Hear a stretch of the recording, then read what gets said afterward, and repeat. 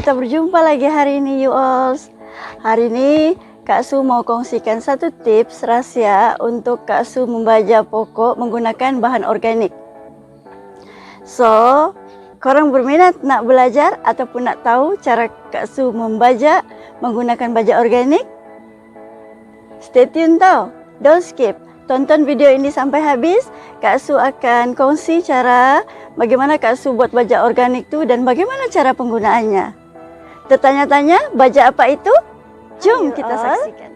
Hari ini baja yang Kak Su ingin kongsikan adalah baja ikan. Baja ikan yang dicampurkan dengan air beras. Tetapi ini bukan baja mol ikan tau. Baja mol ikan tu insyaAllah next video nanti Kak Su akan kongsi macam mana cara buat. Perbezaannya, baja mol ikan adalah baja yang kita perap selama sebulan baru kita boleh gunakan. Tapi menggunakan kuantiti yang sedikit. Yang ini pula Kak Su ingin kongsi cara buat baja ikan yang kita buat hari ini dan kita boleh guna hari ini. Bahan-bahan adalah cukup ringkas. Kak Su hanya menggunakan ikan reject sahaja yang Kak Su beli tadi di pasar dan air beras. Ingin berkongsi tipsnya? Tonton video ini sampai habis. Jom kita buat sama-sama. Okey? Seperti yang korang nampak di sini Kak Su sudah sediakan 500 gram ikan. Ini hanya ikan reject. Jadi untuk menjimat dan save budget kita, korang boleh cari ikan reject saja di pasar. Dia tidak mahal, 500 gram ni baru RM2.50. So, caranya, okey sebelum tu, ini ikan dan campuran air beras. Ini adalah campuran air beras, nanti kita campurkan sewaktu memblender. Caranya kita potong ikan ini. Potong sahaja macam tu. Lagi bagus jangan cuci. Tidak payah dicuci. Lepas beli terus potong macam ni. Perut-perut semua tak payah buang. Perut pun kita ambil.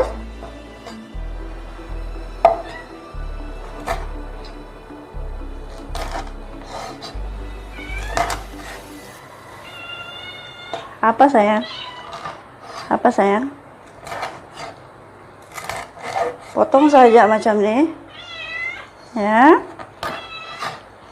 Ini bukan untuk makanan kucing. Ini mama buat baja.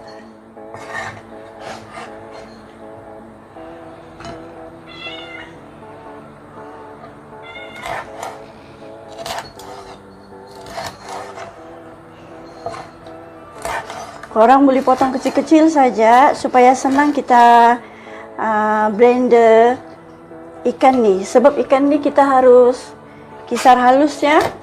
Bagi kisar halus. Lepas tu nanti baru kita siramkan ke pokok. Baja ni sangat sesuai, bukan sahaja untuk pokok bunga. Apa-apa pun boleh. Pokok bunga ke, keladi ke, bunga kertas ke, bunga daun kah, buah-buahan kah, sayuran kah, sangat sesuai. Sebab baja ikan ini adalah baja yang sangat tinggi dia punya kandungan nitrogen.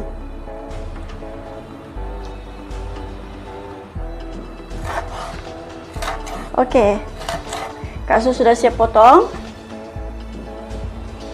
Ikan sudah siap potong. Inilah hasilnya dan sekejap lagi kita kisar halus. Stay tune tau. Tunggu lepas ni nanti Kak Su akan ajak korang ke kebun belakang macam mana cara kita guna baja ni.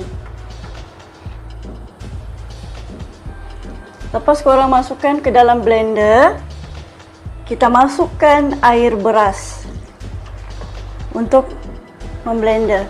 Kita kisarkan sampai halus.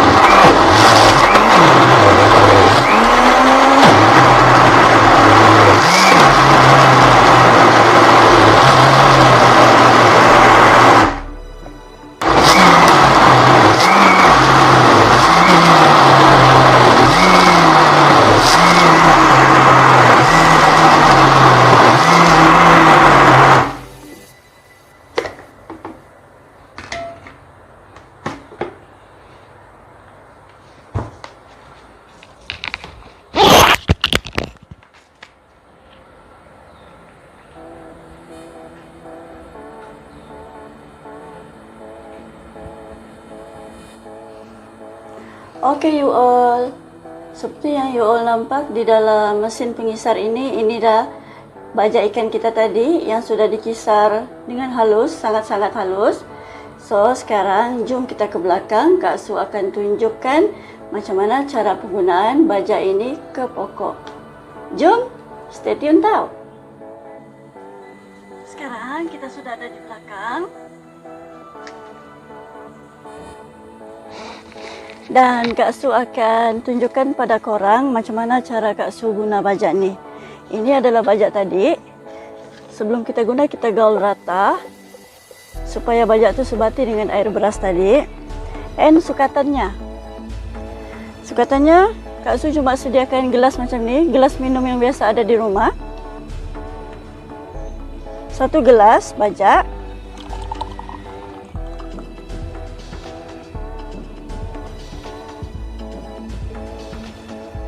Satu gelas baja macam ni, tuangkan dalam bekas penyiram yang sederhana macam ni, tidak terlalu besar dan tidak terlalu kecil.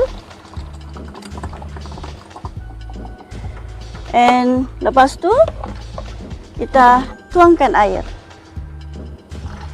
sampai penuh.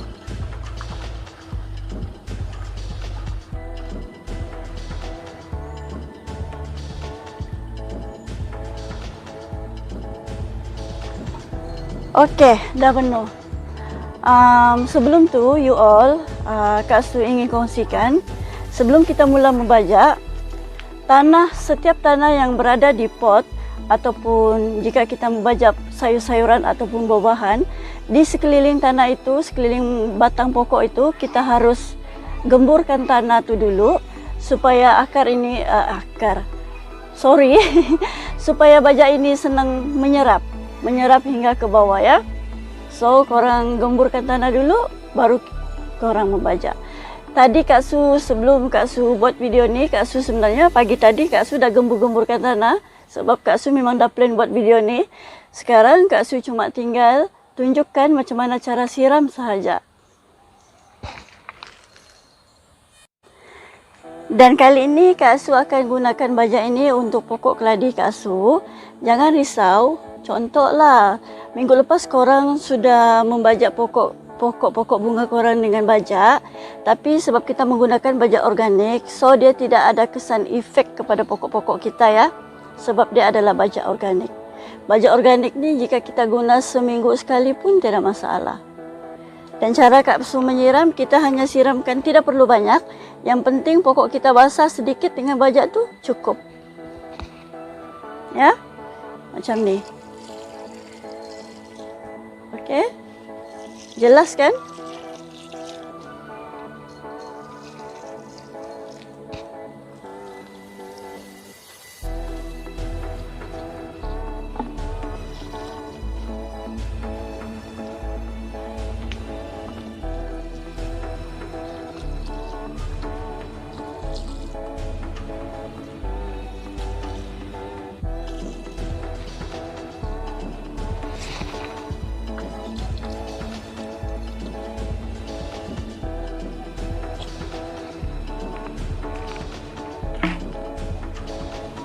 Okay you all, itu tadi cara Kak Su membajak pokok bunga Kak Su. So Kak Su harap perkongsian Kak Su kali ini dapat memberi manfaat kepada korang. Dan jika korang suka dengan video ini, silakan like, subscribe dan share ya, supaya Kak Su lebih bersemangat lagi untuk membuat video-video tentang tips-tips atau info-info yang terbaru tentang cara-cara bagaimana penjagaan pokok-pokok tanaman hiasan. Dan sebelum tu Kak Su nak info sekali lagi, baja ikan ini adalah sangat sesuai bukan sahaja kepada pokok-pokok bunga, tetapi sangat sesuai untuk sayur-sayuran ataupun buah-buahan. Dia membantu melebatkan buah, melebatkan bunga dan menyuburkan pokok. Ya, terima kasih kerana menonton. Kita berjumpa lagi di next video. Bye.